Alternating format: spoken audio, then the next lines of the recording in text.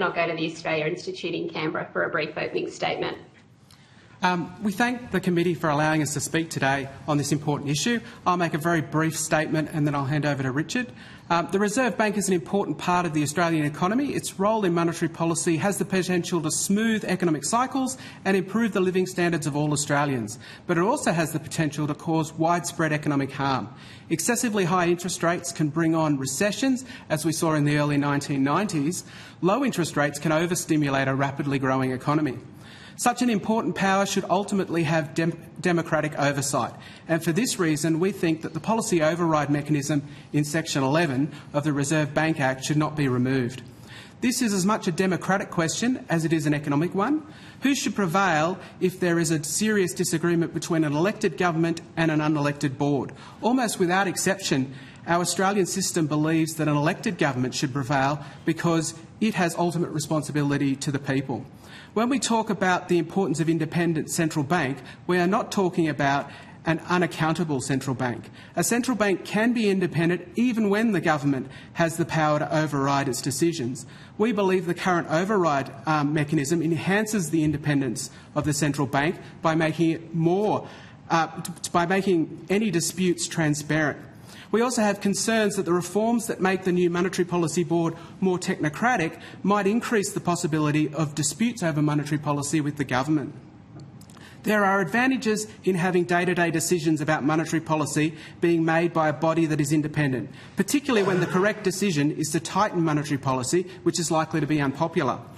But the use of such an important and powerful tool should ultimately be accountable to the people in our democratic system. I'll now ask Richard to say a few things. Thanks, Matt. Yes, to be clear, we're of the view that for the RBA board to be independent, that independence can be enhanced by having a simple mechanism whereby the parliament can overrule their decisions. Ultimately, the RBA is not independent of the parliament. It's a creation of the parliament, and the parliament could remove it. The parliament could vote to remove the Reserve Bank.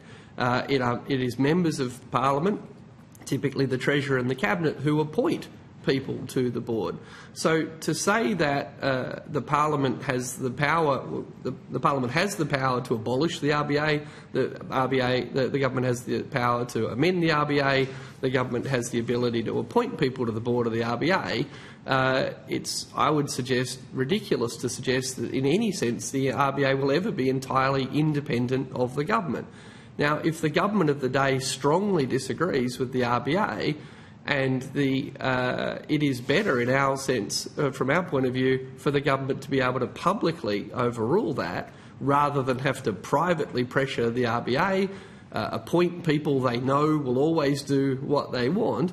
The power imbalance will never go away, so why not have it overt? And if the independent RBA is overruled by the government, that's okay. The public will know what the RBA's honest view was. The public will know what the government's view was, and this is as it should be. Thank you very much, Mr Dennis, Mr Grudnoff.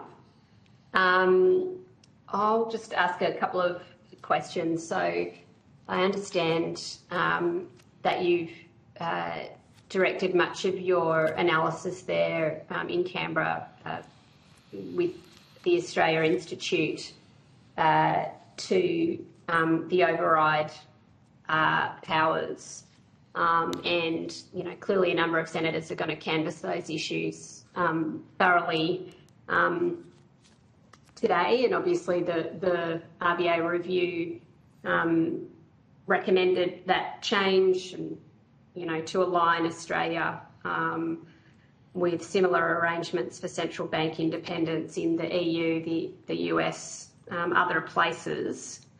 The argument being that, while the chance of using the override powers is low, the risks of having it and it being used, could be very high.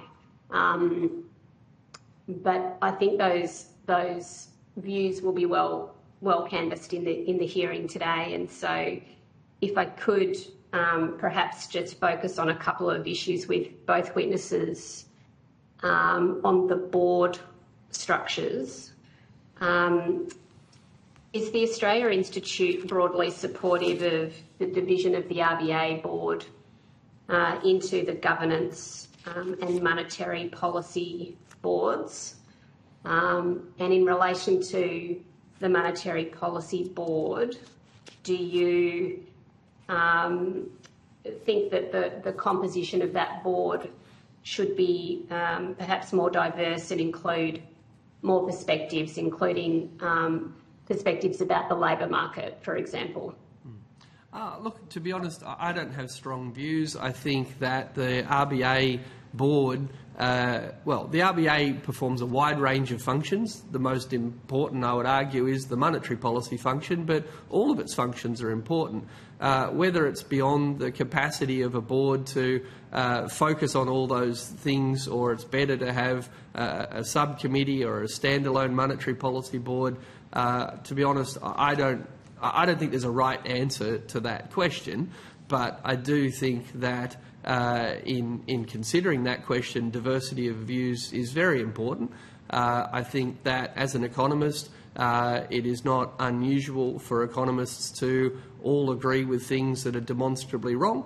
And while I think that it would be a terrible idea to exclude economic advice, and economic expertise from the RBA board, I think there's a long history of economists broadly agreeing with each other about things that turn out not to be the case. So I think diversity is very important. I think labour market experience is very important.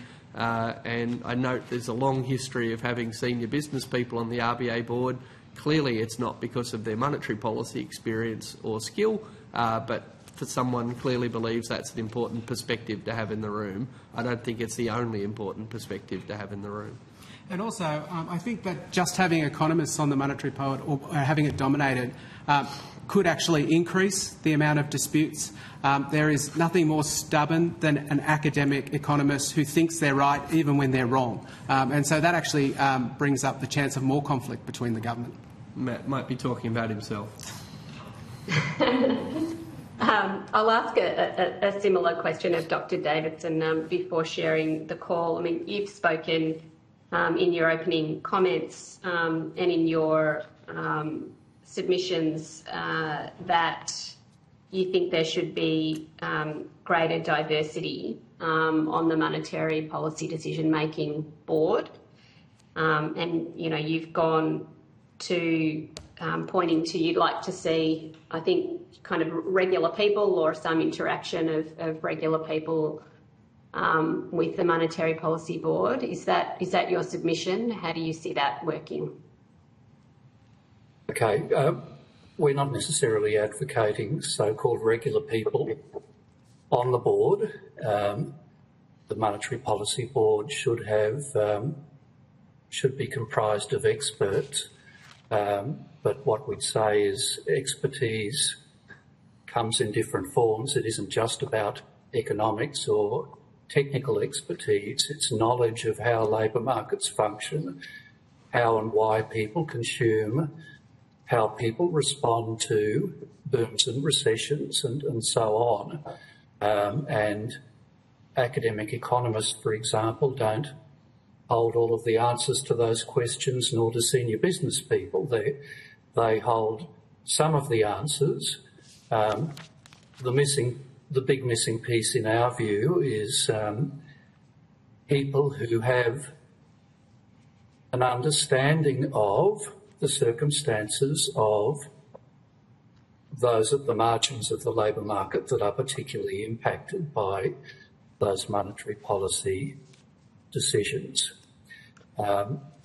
And the board and the bank should be making efforts, as it's doing to a degree, to get out and engage with so-called ordinary people about those questions. But on the board itself, we'd say people with expertise grounded in a range of different perspectives. So, for example, the board undoubtedly now has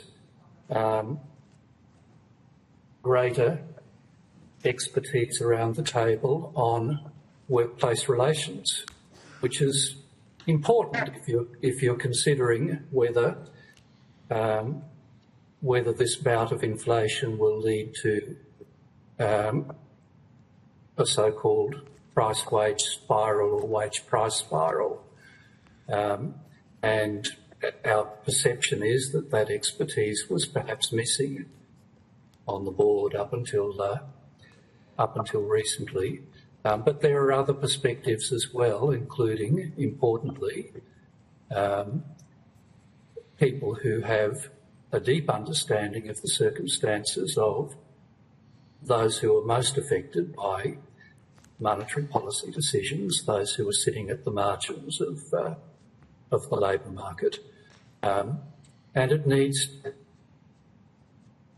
a balance of those perspectives, and when you have that, you're more likely to come to the right decisions.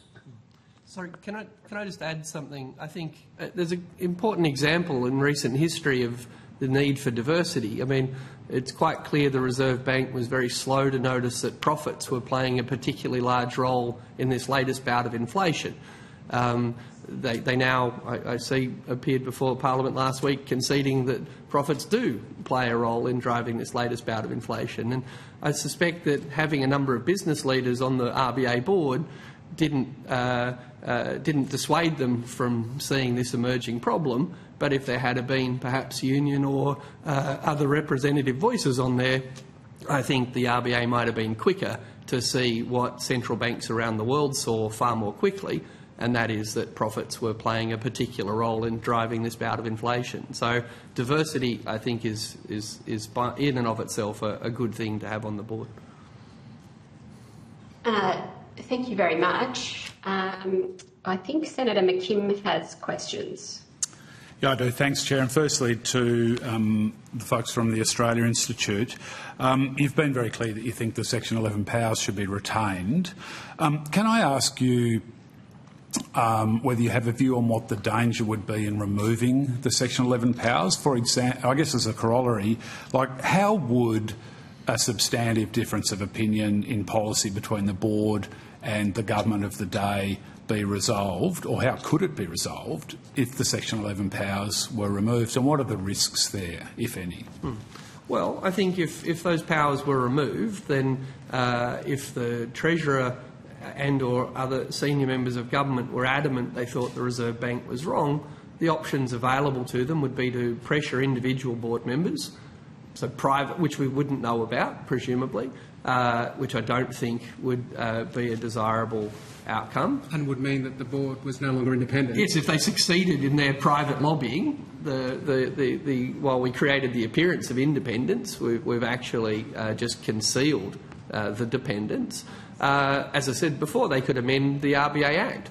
They could actually use Parliament to instruct the RBA to do something, which at the moment they already have the power to do. And of course, in extremis, we could amend the RBA Act in its entirety. We could come up with a new way of doing monetary policy. To be clear, I don't think these are likely, but I think it's important to not delude ourselves that by removing a specific ability to intervene, we've created an independent RBA.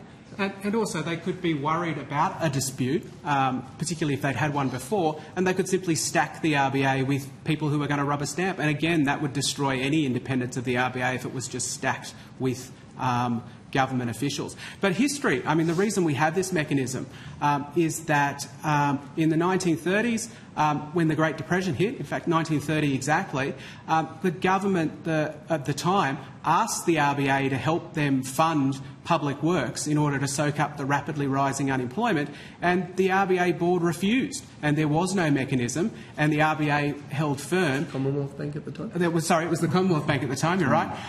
And the government held firm, and we got a 32% unemployment rate during the Great Depression. So there's precedent of where this happened and the consequences of that. And also, just to be crystal clear, even after removing this, no one, including the review, is suggesting the RBA should be independent, because we still want the Treasurer of the day to write to the Reserve Bank and tell the Reserve Bank that 2 to 3% inflation should be their objective. If we wanted an independent RBA, we would either let them determine what the optimal inflation range is, or the Parliament would put the 2 to 3% inflation range into legislation. So I think there's a deep contradiction in the RBA review. On the one hand, we want to remove the power of the government to overrule an RBA decision, but no one seems concerned that the executive government writes a letter to a statutory board and tells them how to interpret their act. I mean, can you imagine if the Treasurer wrote to the head of the ACCC and told them what their compliance priorities should be, or wrote to the head of ASIC and told them what to do? But for some reason in Australia we think it's perfectly normal for the Treasurer of the day to write a letter to the head of a statutory board and say, don't worry about what it says in the Act about your competing objectives and balancing them. Please put that aside. For the record, I'd like you to interpret that as 2 to 3% inflation. So if we want to have an RBA that's independent of government, would an independent RBA write that letter, reply to that letter saying, noted Treasurer, we'll do whatever the hell we want? Thanks. So just to be clear, last question on Section 11, but I do have a couple of others for you. But just to be clear, your contention is that the overt nature of the Section 11 powers and the transparency in the process that Section 11 foresees actually enhances such independence that the RBA already has. Absolutely. Yeah. In the way that the staff of a listed company might make a recommendation and the board can vote it down. This is not an unusual governance arrangement. Thanks. Just a couple other quick ones. Firstly, do you think there should be more coordination between the Treasurer and the RBA in terms of synchronising fiscal and monetary policy in Australia? Yeah, look, I think that it's important that they are synchronised. Certainly when the pandemic recession hit, they were very synchronised. I think in history that's not always been the case. I think in the during the mid-noughties, we had a situation where the RBA was increasing interest rates at the same time that the then Howard government was handing out very large tax cuts and effectively stimulating the economy. So, yes, it is good that those two policies are in sync. Yeah, thank you. Look, time's just going to constrain me a little bit here. So I just wanted to ask Mr Davidson, if I could. In your opening comments, you mentioned that ACOS supports the retention of the override powers. Can I just be clear, you are referring to the Section 11 powers there? Yes, it's not something in our submission, not something we'd thought through a lot in advance, but we're convinced by the submissions made by others today. All right, thank you. I wanted to ask... Senator McKim, I do need to go to Senator Smith, but yeah, conclude your question. Okay, just last question then. Mr Davidson, you've spoken about the need for the RBA to be open to views of people with a range of lived experience, and you've spoken about people at the margins of the labour market and RBA's decisions being grounded in the views of people with different perspectives. The RBA has a small business finance advisory panel. It has a business liaison program. Are you aware of any similar formal programs or frameworks that facilitate the RBA hearing the views of people at the margins of the labour market, renters, mortgage holders? And do you think the RBA gives equal consideration to the views of those people as they do to the views of business groups? Yes, thanks for that question. The business liaison program is actually broader than it sounds. We're a part of that. A number of our members are part of that. I was at a meeting just a few weeks ago regarding the latest statement on monetary policy, and St Vincent de Paul were there, Salvation Army were there, financial counsellors were there. So the RBA is certainly making efforts to hear from those perspectives.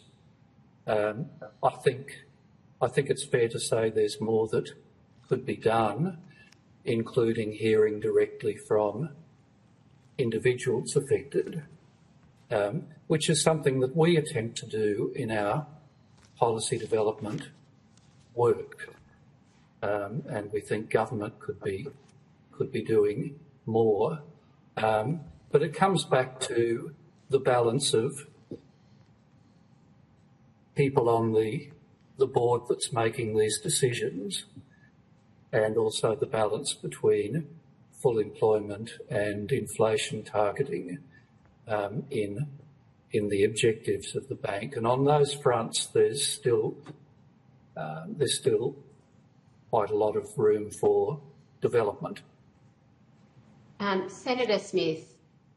Thank you very much, Chair. I was going to ask in regards to Section 11, but I think everyone's evidence is clear. Just turning to the matter of the better understanding between fiscal and monetary policy, what are the best mechanisms, do you think, to facilitate that understanding? The RBA review talks about information sharing, but does there need to be a more regular, more formalised process to ensure that there is that improvement in the level of understanding between how fiscal and monetary policy might be working in support of each other or against each other? Is that to us? To both, please, yes. So to Mr Davidson and the Australia Institute. Yeah, look, communication is important, but I think also, the fact that the RBA is independent now under the current legislation is also important, in that the RBA can talk about whether or not they think that the two are in sync. I think that communication helps, but it's also important that both sides are able to say what they think and whether or not they think they are in sync and what their objectives are. I agree, and it's an interesting question. I haven't thought hard enough perhaps about structure, but what I would find fascinating and I think would be useful would be if Treasury and the Reserve Bank both publicly commented on how they thought the other was doing at that point in time. And by that I mean if fiscal and monetary policy are in alignment, then both parties should have a pretty strong view about whether they thought the other party was pushing or pulling in the right or wrong direction. And to be clear, if they disagree at times, I think we need to learn to cope with that. But I think it would be better for everybody to have a sense of that. So, yeah, Matt's right. You often hear the RBA speaking in circuitous language about what it thinks whether it thinks fiscal policy is helping or harming its objective. I think we would all be better off if it was less circuitous. And I think it was Ben Bernanke who once said, if you think you understood me clearly, you weren't listening well enough. I don't think that helps policy, and I don't think it helps the public understand how hard this is. And disagreement is fine, but we should know if they think each other are pulling and pushing in the right directions. Agreed. Mr Davidson? I think the RBA has become a little less Delphic in recent years, which is a good thing. I think this goes to transparency because, of course, the Secretary to the Treasury is quite sensibly on the board and has an input, and there is, frequent communication between Treasury and RBA officers. I think it would be helpful if there was a mechanism which didn't purport to take control of monetary or fiscal policy, where these issues are transparently discussed between the bank and government or Treasury, and the outcomes published, and perhaps to have others in the room when that occurs. Haven't given any thought to how exactly that might operate, but from time to time, senators have asked questions of the Reserve Bank Governor and the Treasury Secretary about discussions that have happened and unless these things happen transparently, there will always be that doubt, and that makes, in a way, both the bank and the Treasury a little bit politically vulnerable. Well, I think that's exactly the point, Mr. Davidson, that just very, very, very recently we had a contemporary issue, and I'm happy to stand corrected, but I think the Governor herself described it as an example of physical and monetary policy sort of, working with higher levels of understanding of each other. Some senators might characterise it as a rather informal process, a much too informal mechanism. But that's a conversation for another day. But thank you very much for your contribution. Senator Smith, can I just add very quickly? Sorry, Mr. Dennis. I'm interested to hear from the Australia Institute Chair. Yes, yeah. Okay, just very briefly, we have our next witness online. I just thought of a process that may already be in place. Logically, the Treasury must prepare a brief for the Treasury Secretary ahead of each RBA board meeting. That is, Treasury must have a considered view ahead of every board meeting about how they think the Treasury Secretary should represent himself and Treasury at that board.